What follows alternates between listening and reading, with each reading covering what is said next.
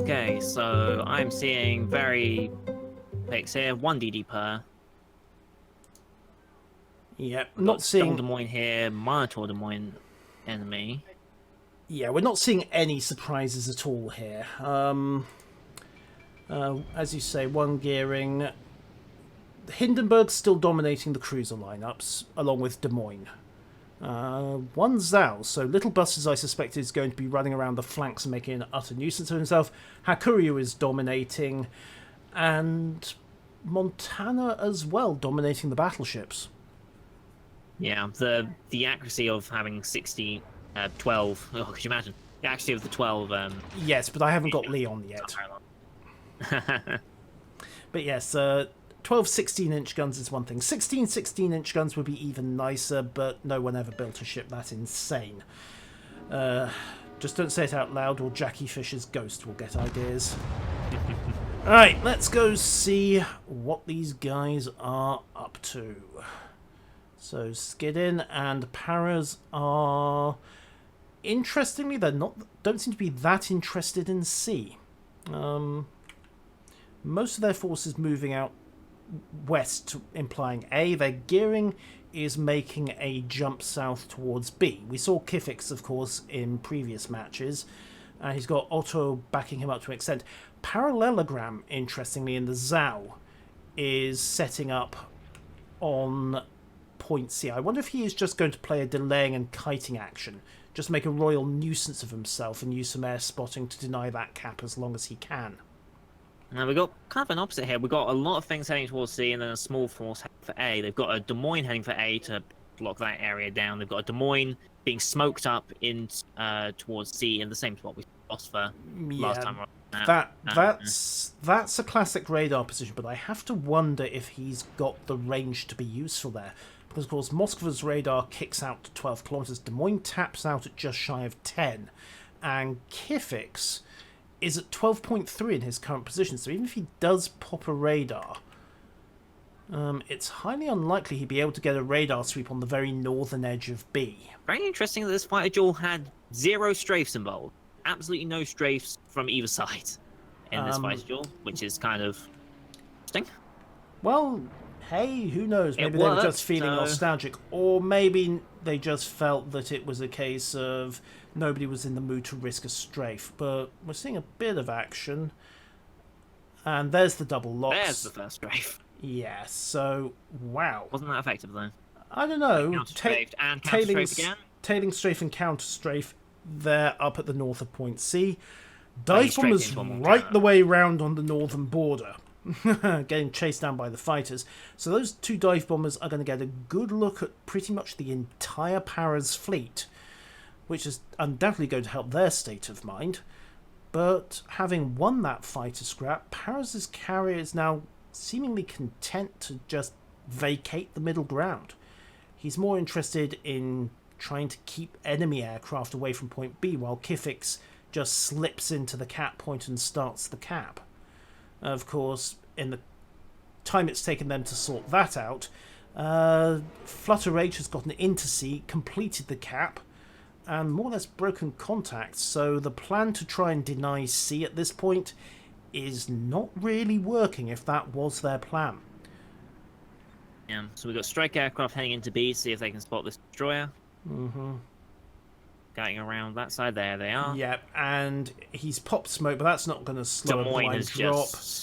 And defensive is up, and all the carnage and the strafing. Okay, so that's 8 dead bombers for 2 torpedoes, none of which hit anything. Kifix didn't move so much as a meter, and has finished his cap on B. So 1 cap point each, and Duggan's stalemate on A.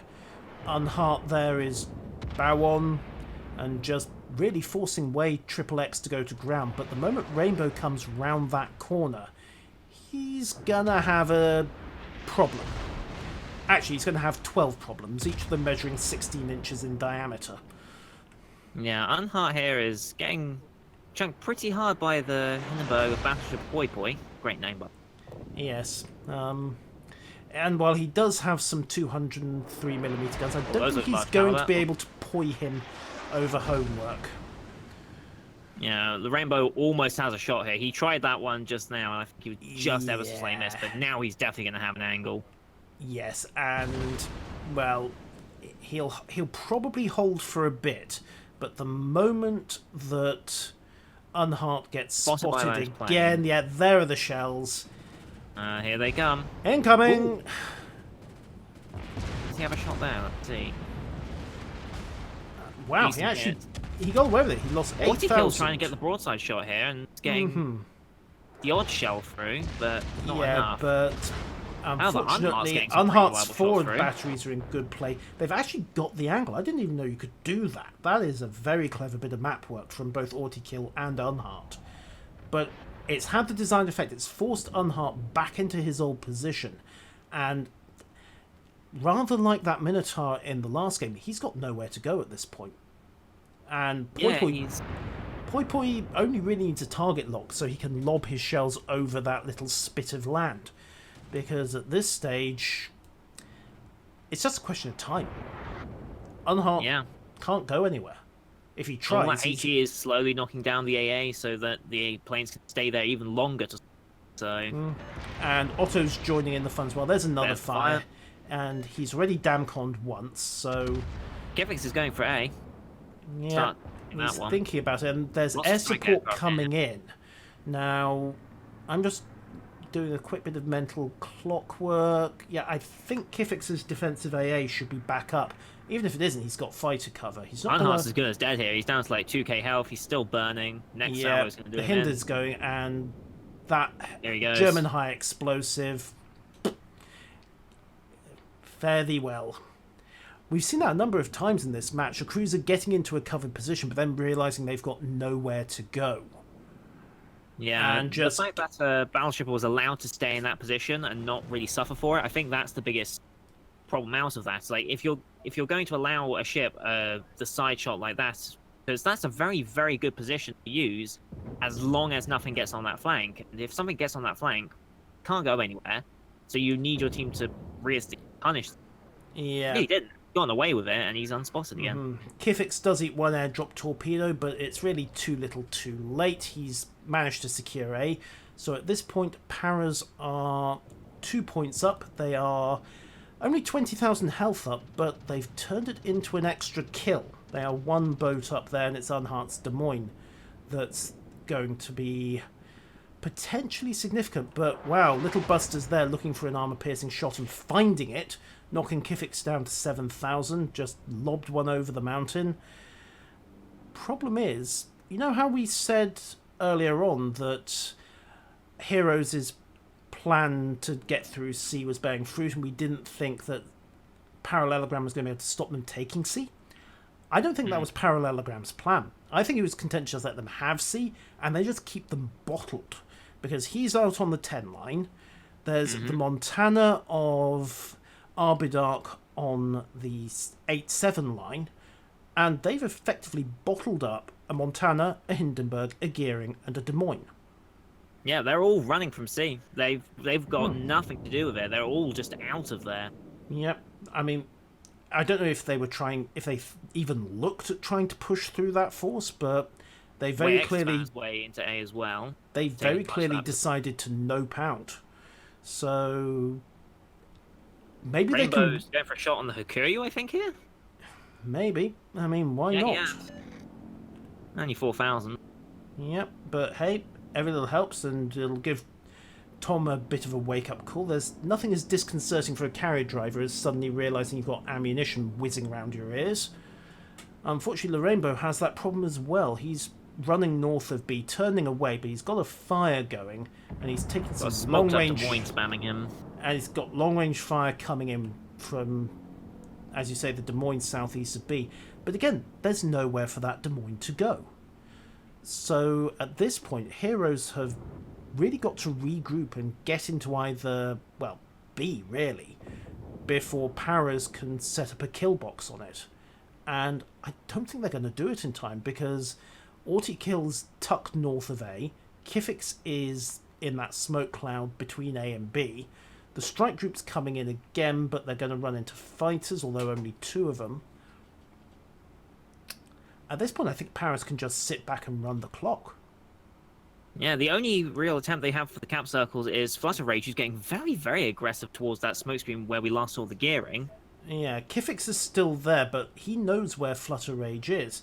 Now, this is where... I assume the Minotaur's running Hydra at this spot. Well, it's partially the planes overhead. Planes as well, yeah. But they're so close at this point. There's only 400 meters in it, and they'll have proxy spots with each other. Full pan yeah, there. Flutter Rage there, possibly regretting his life in. choices here. I mean, those are full pan and an overpan, down to 4K and a dead engine. Yeah, and because he's bow on the moment Rainbow reloads, if he hasn't broken contact by that point... Strike aircraft looking for it. Yeah, but he'll have defensive fire in play. Look at the sheer flak coming up. However, even Arbidark's having a go. Takes another overpen. He was lucky that was not a regular shot. And, well, he's got the overlap on the kill, and there we go. So no damage from the strike aircraft. 1 torpedo off, but it missed astern. Arbidark will probably have another shot coming here any second. It's not Arbidark that's the problem, it's Rainbow, who must be just about reloaded, and he's not broadside. Yeah, Rainbow will be reloaded as well. He's not broadside enough to Arbidark's avoid a pen. So, eats Arbidark 1, gets eats 2. Damage, but Rainbow gets the kill. Yeah. And that's really their only hope at contesting a cap. Everything else they try and put in there is going to get spotted and eaten alive. Yeah, I mean, the best they can do, and I think they're going to try it, is just get everybody together and just slam into B. Problem with that is, you're slamming into B, you're slamming into the centre of the map where you'll be shot at from every direction. You've got Hindenburg out on the 1 line, you've got Zao and Montana on the 8 line, you've got a Montana on the 5 line, you've got Minotaur, Des Moines and Gearing around those islands. But what Another else can Hindenburg by the 2-3 line. They've got 8 minutes on the clock and they are 400 points down. What else can they do to turn this round? They have to make a push somewhere. Exactly. But well, if they don't push now, they're going to lose Robbie here, who's taking a colossal amount of fire. He's got the Minotaur raining armor piercing on him. Des Moines HEing him as well. Yep, and Rainbow is going to be looking. The moment Robbie here tries to get steerage way to evade the battery he's taken from the Minotaur. Rainbow shot on the Hindenburg real spike. Yeah. A couple of pens. There's Kifix, we finally see him. Yep, woohoo! And having a look as well, but Ortiz poked out to get a look, just getting his forward turrets into play. Robbie here's trying to get Kifix, but, well, it's a gearing at 10 kilometers, and the gearing does not want to be hit, so he is legging it at speed. Yeah, I can't see him anymore. Yeah. On the very limits of radar range. The only question is, who's going to get the kill on Robert here? Well, it may be nobody, because Kifix was spotting, because Robert here was not looking, but... Oh, Rainbow almost hit. Solid hit there. Everyone is just going to lock onto that last explosion. Rainbow actually switches target for a second, and yeah, Robert here is far enough out that he's probably not going to take any more immediate fire. Which is not much consolation for the real Spike, who is now the only person they can see in that target zone. Look at the points, though. They're up 970 now. 970, yeah. I mean, this is pretty much PARAZ. I don't think there's anything that Heroes can do to turn this round. No, 982, presence. I mean, 986. And the health pools were almost equal, but they just... They had no map control. Yeah. They got pushed off every single cap. So, well, except C, and that was all she wrote. 2-1 caps, and let that situation sit for far too long.